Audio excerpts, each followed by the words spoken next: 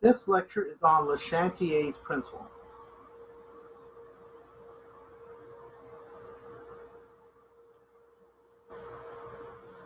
Le Chatelier's principle states, if a stress is applied to a reaction mixture at equilibrium, net reaction occurs in the direction that relieves the stress. There are three things that will be investigated. One, the concentration of reactants or products can be changed. Two, the pressure and volume can be changed. Three, the temperature can be changed. In general, when a system in equilibrium is disturbed by the addition or removal of any reactant or product, Le Chatelier's principle predicts the following happens. 1. An addition of a species on one side of the equilibrium will drive the system towards the opposite side. 2. A reduction of a species on one side of the equilibrium will drive the system towards the same side. This is an illustration for the formation of ammonia gas from nitrogen gas and hydrogen gas. As one can observe, as additional hydrogen gas is added, the equilibrium system will shift towards the product side and more ammonia gas will be produced, where hydrogen gas and nitrogen gas are consumed until equilibrium has been reestablished.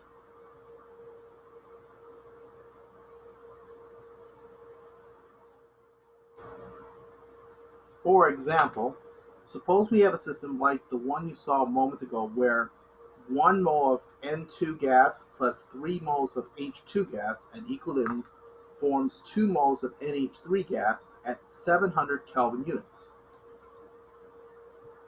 Kc equals 0.291. An equilibrium mixture of 0.50 molar N2, 3.00 molar H2, and 1.98 molar NH3 is disturbed by increasing the N2 concentration to 1.50 molar. As seen from calculating Qc, it equals 0.0968. Since Qc is less than Kc, more reactants will be consumed and the net reaction will be shifting from left to right.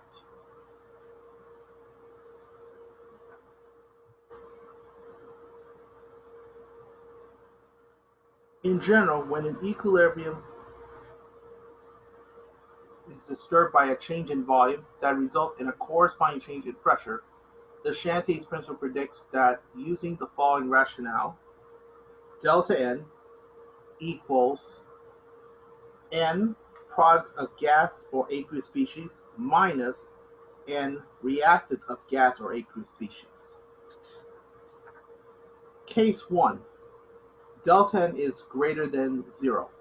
Increasing the pressure or decreasing the volume drives the system from products to reactants. Decreasing the pressure or increasing the volume drives the system from reactants to products. Case 2, delta N less than 0. Increasing the pressure or decreasing the volume drives the system from reactants to products. Decreasing the pressure or increasing the volume drives the system from products to reactants. Case 3, delta N equals 0. No effect on the position either due to a change in volume or pressure. Here is an example where 2 moles of A forms B gas. Here from its initial conditions,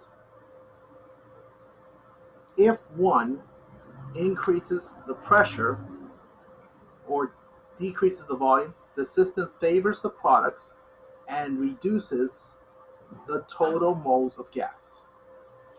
If 1 increases the volume or decreases the pressure, the system favors the reactants and increases the total moles of gases.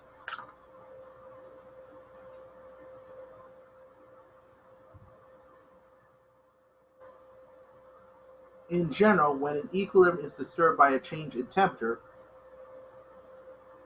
Le Chatelier's principle predicts the following. The equilibrium constant for an exothermic reaction, negative delta H, decreases as the temperature increases, or increases as the temperature decreases.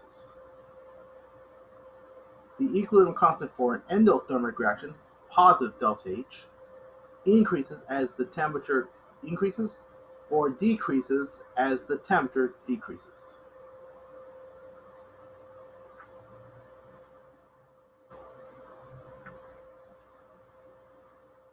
In this system, we have hexaaqua cobalt 2, and if you heat the mixture with additional chloride ions, tetrachlorocobaltate 2 is produced, a blue solution.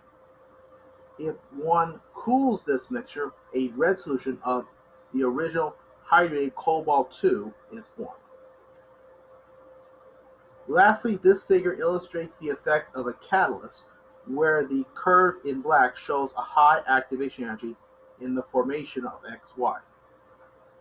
With the presence of a catalyst, with the curve shown in red, the activation energy decreases in the formation of XY. As evident here, the presence of a catalyst will form the product in a shorter amount of time. In summary, the role of the catalysts are to 1. Speed up the reaction rate, 2. Lower the activation energy,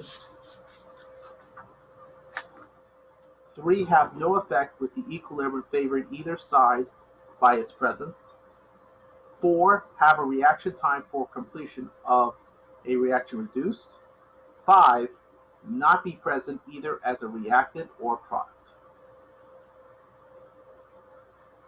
Here is a review question for you to perform.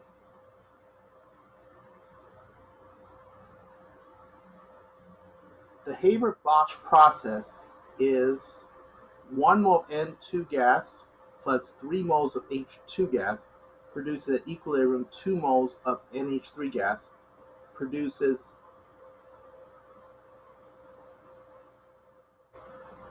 92 kJ of energy. Provide 4 ways to increase the amount of NH3 gas.